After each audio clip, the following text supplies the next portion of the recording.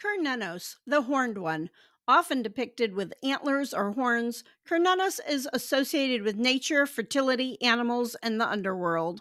Modern pagans and nature lovers like myself continue to honor and worship him.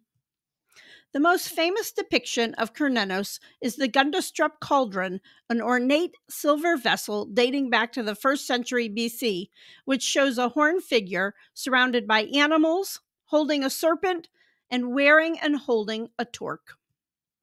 Cernunnos is often portrayed seated in a meditative posture, signaling his role as a god of nature, harmony, and balance. His association with animals, especially deer and snakes, demonstrates his connection to the wilderness and fertility.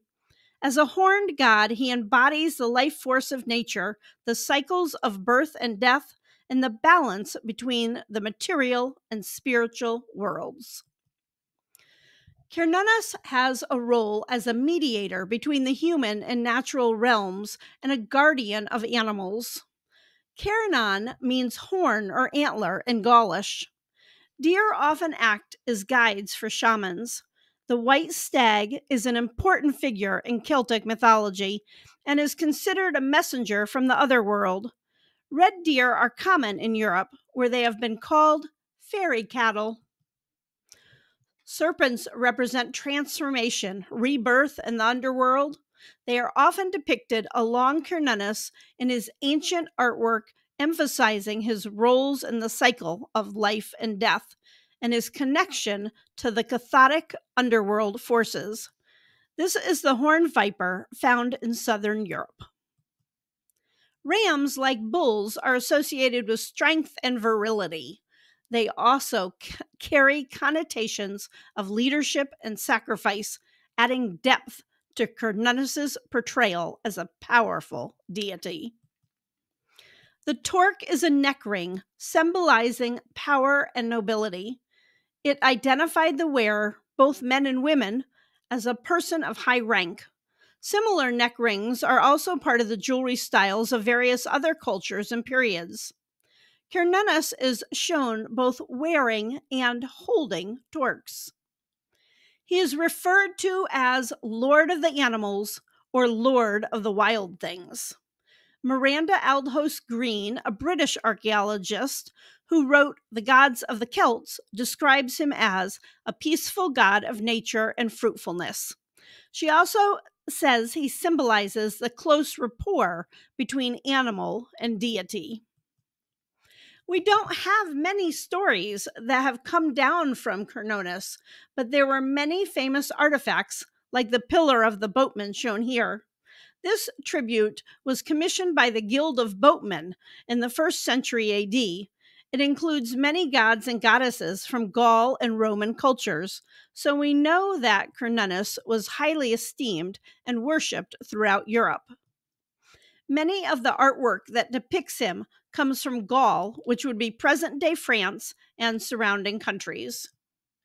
The Gundestrup cauldron was found in Denmark and dates back to 150 to 0 BC, so over 2,000 years old. Large deities are accompanied by small humans, animals, and mythical creatures in pairs. The interior shows scenes populated with many figures, both human and animal. Looking for ways to honor Cernunnos? Volunteer with your local wildlife rehabilitation facility. As many of you know, I have done wildlife rehabilitation for many years and raised lots of fawns. This is when I first started feeling close to Cernunnos and making that connection with him as the Lord of the Wild Things. I also frequently work with the Celtic bear goddess Archeo, who I have a video on. Hi, I'm Amy, an environmental educator, green witch, and lifelong pagan. If you are interested in wildlife rehabilitation, I have a book about it under my environmental brand. And of course, Catherine and I have several pagan family books, which I will list below. So get outside and enjoy nature. That is the best way to connect with Cernunnos.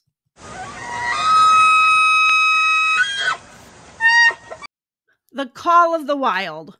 That was a bull elk calling to his women. Fall is when deer species mate both in North America and in Europe. It's a time of testing both power and strength. Take mindful walks in nature. Listen to life in the forest. Fall is a good time to get into the woods and feel the power and fertility of nature. Listen to the calls of bulls and bucks. Just remember, male deer can be dangerous during this time, so don't approach them. I love this poem by the Reverend Jean Pagano. Branches reach to the heavens, antlers against the sky. I see Cernunnos in the trees as I am running by. Hail to you, Lord of the forest, your body is the trees, as the sun kisses your branches. Colors to honor Cernunnos are green, silver, and gold, which represent his connection to nature, his leadership, and wisdom. His herbs and spices include rosemary, pine, sandalwood, and musk. Experience these yourselves by taking a walk in a pine forest or by growing a rosemary herb plant in your home. In the fall, gather fallen oak leaves, acorns, and pine cones for an altar. Apples and pears are great fruits for offerings to him. You can purchase antlers to place on your altar. Foraging or gathering herbs and flowers for spells and teas is also a great way to honor him.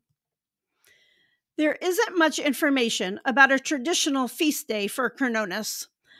I have seen the dates September 27 and November 18th, as well as the winter solstice, but these are obviously more modern dates versus what was traditionally held.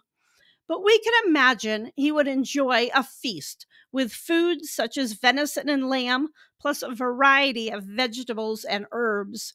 Vegans, feel free to substitute. Back to antlers. I will caution you about taking antlers you find from the wild, and here's why. Squirrels and other small mammals gnaw on the antlers because it is an important source of minerals for them. So let's not make Ratatoskr angry. I have a video on eco-friendly offerings that I'll link below.